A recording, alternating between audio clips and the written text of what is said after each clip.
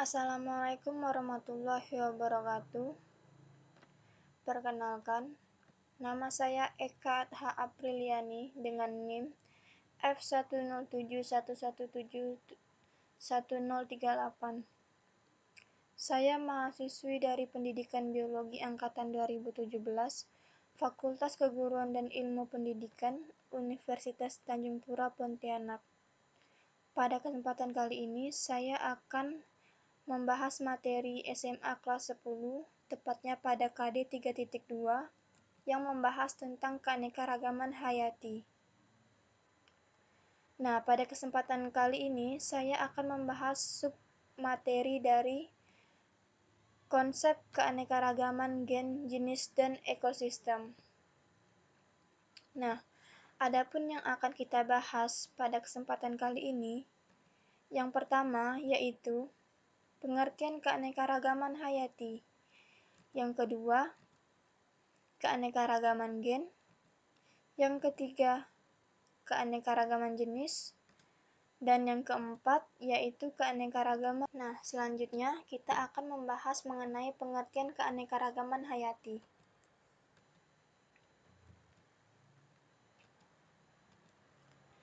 Keanekaragaman hayati ini adalah keanekaragaman organisme yang menunjukkan keseluruhan atau totalitas variasi gen, jenis, dan ekosistem pada suatu daerah.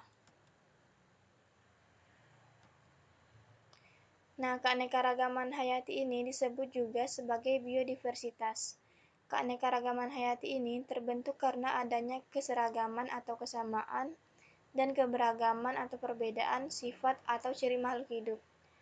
Keanekaragaman ini dapat dilihat antara lain dari perbedaan bentuk, ukuran, warna, jumlah, dan faktor fisiologisnya.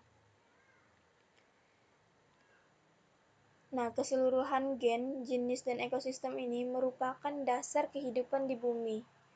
Mengingat pentingnya keanekaragaman hayati bagi kehidupan, maka keanekaragaman hayati perlu dipelajari dan perlu dilestarikan.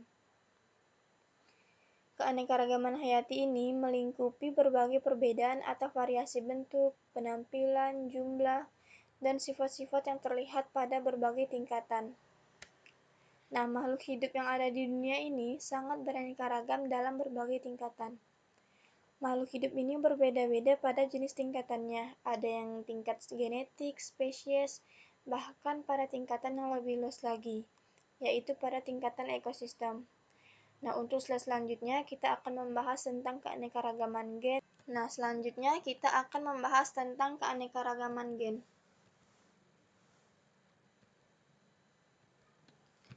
Bisa dilihat di sini bahwa gen adalah materi hereditas di dalam kromosom yang mengendalikan sifat makhluk hidup. Gen ini terdapat di setiap inti sel pada makhluk hidup. Gen pada makhluk hidup ini memiliki perangkat dasar yang sama, tetapi memiliki susunan yang berbeda. Hal ini menyebabkan setiap makhluk hidup memiliki fenotip maupun genotip yang berbeda. Nah, sifat fenotip pada makhluk hidup ini merupakan sifat hasil dari ekspresi gen yang terlihat. Misalnya pada tumbuhan warna daun hijau tua, bentuk daun lebar, dan serta jenis batang yang melebar. Nah, sedangkan sifat genotip makhluk hidup ini merupakan tipe susunan gen yang dimiliki makhluk hidup tersebut. Misalnya, dua orang wanita yang memiliki rambut hitam keriting. Meskipun keduanya memiliki rambut hitam yang keriting, namun genotipnya mungkin saja berbeda. Nah, keanekaragaman tingkat gen ini dapat menimbulkan variasi antar individu dalam satu spesies. Variasi yang ditimbulkan ini oleh perbedaan struktur dan susunan gen. Variasi ini merupakan perbedaan bentuk, kenampakan, serta sifat antar individu. Untuk lebih memahami mengenai konsep keanekaragaman ini, maka pada slide berikutnya akan diberikan contoh dari keanekaragaman gen. Nah, contoh yang pertama yaitu bisa dilihat di sini terdapat 3 variasi bunga mawar yang berbeda. Coba kita amati dengan seksama ciri-ciri yang terdapat pada bunga mawar di atas ini. banyak variasi yang kita temukan. Salah satunya adalah perbedaan warna pada bunga mawar tersebut, yaitu berwarna putih, ungu, dan berwarna merah. Nah, contoh lainnya yaitu pada sekumpulan ayam. Dapat dilihat bahwa ayam tersebut memiliki perbedaan yaitu warna bulu, jenis kelamin, ukuran tubuh atau bentuk pial atau jengger. Nah, bisa dilihat di sini pada ketiga ayam ini yaitu memiliki warna yang berbeda. Yang ini berwarna putih, ini berwarna oranye, serta ini berwarna hitam. Meski satu spesies, ternyata ayam-ayam ini masih memiliki beberapa perbedaan ciri. Begitu pula dengan bunga mawar ini. Mereka merupakan satu spesies, tapi memiliki beberapa perbedaan ciri. Salah satunya yaitu warna pada bunga mawar ini. Nah, adanya perbedaan ciri-ciri antar individu ini dalam satu spesies menunjukkan adanya keanekaragaman gen. Nah, selanjutnya kita akan membahas mengenai keanekaragaman jenis.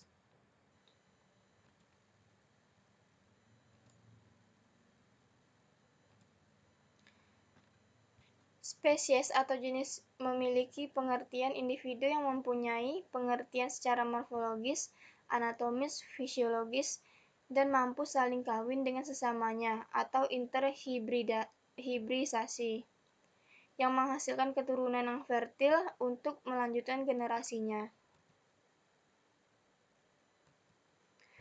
Keanekaragaman jenis ini menunjukkan seluruh variasi yang terdapat pada makhluk hidup antar jenis. Perbedaan antar spesies organisme dalam satu keluarga lebih mencolok sehingga lebih mudah diamati daripada perbedaan antar individu dalam satu spesies.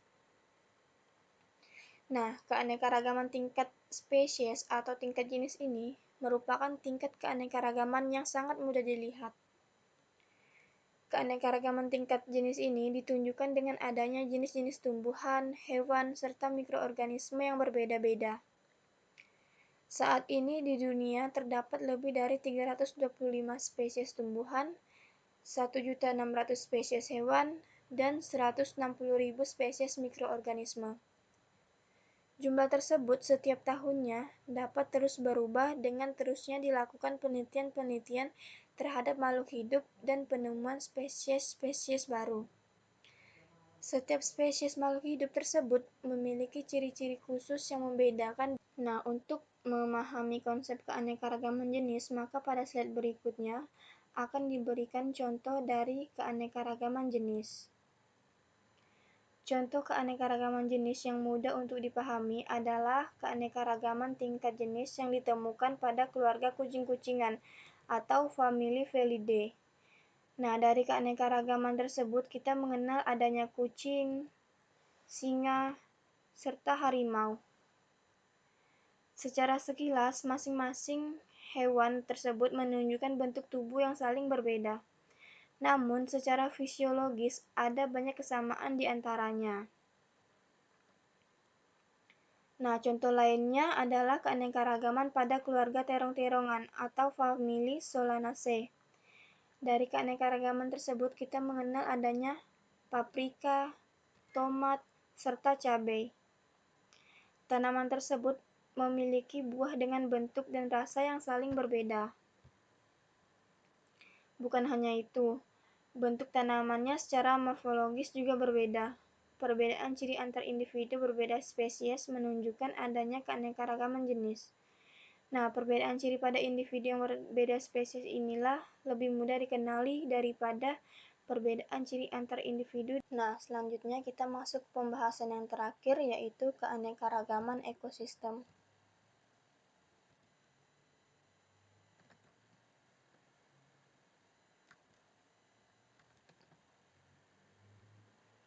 Ekosistem berarti suatu kesatuan yang dibentuk oleh hubungan timbal balik antara makhluk hidup dan lingkungannya.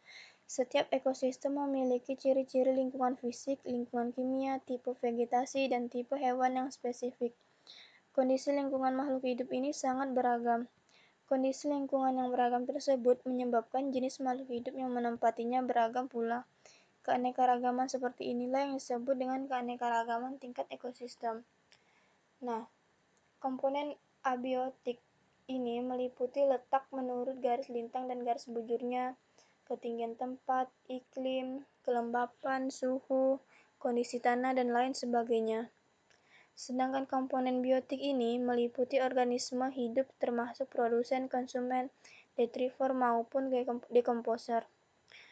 Masing-masing ekosistem ini memiliki ciri fisik, kimia, maupun biologis tersendiri, sehingga flora dan fauna yang terdapat di dalam suatu ekosistem tersebut tidak sama dengan ekosistem lainnya.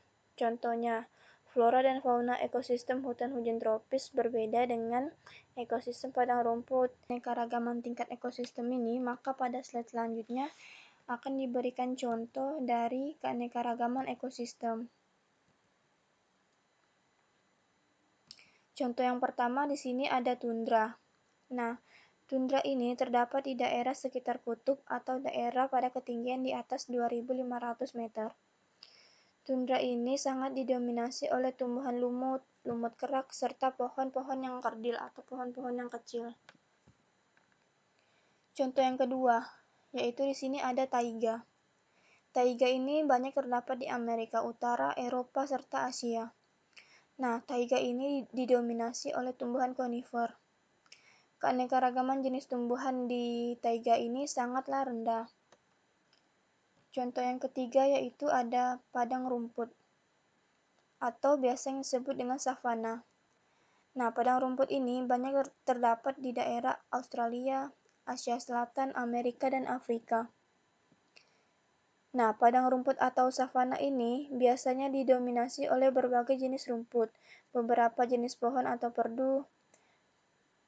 Nah, padang rumput ini memiliki ciri-ciri curah hujan yang lebih tinggi dan memiliki hewan-hewan herbivora yang sangat melimpah. Diikuti juga dengan beberapa jenis hewan karnivora. Contoh yang keempat yaitu hutan hujan tropis.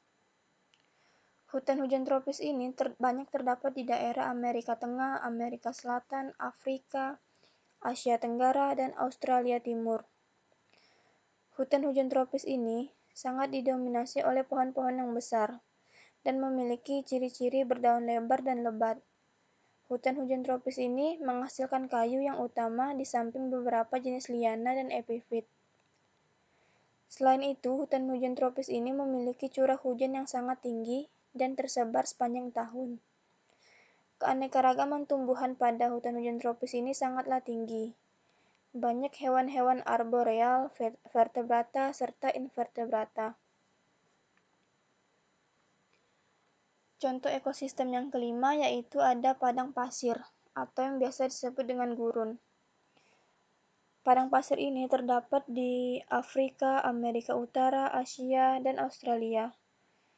Padang pasir ini memiliki jenis tumbuhan yang terbatas seperti kaktus. Padang pasir ini didominasi oleh daratan pasir. Padang pasir ini juga memiliki ciri-ciri yaitu intensitas cahaya mataharinya sangat tinggi, serta curah hujannya sangat rendah. Padang pasir ini juga memiliki perbedaan suhu siang dan malam yang sangat besar. Nah, contoh yang terakhir yaitu ada hutan gugur. Hutan gugur ini banyak terdapat di Amerika Serikat, Eropa, Asia Timur, serta Amerika Timur. Hutan gugur ini banyak didominasi oleh pohon-pohon berdaun lebar yang menggugurkan daunnya pada musim dingin dan mencapai tinggi 30-40 meter. Hutan gugur ini beriklim sedang dan memiliki ciri-ciri hutan turun pada musim panas dengan musim dingin yang ekstrim. Nah, mungkin itu saja pembahasan pada kesempatan kali ini, yaitu mengenai konsep keanekaragaman gen, jenis, dan ekosistem. Mudah-mudahan apa yang saya jelaskan pada kesempatan kali ini dapat dipahami. Kurang dan lebihnya mohon maaf. Saya ucapkan terima kasih dan wassalamualaikum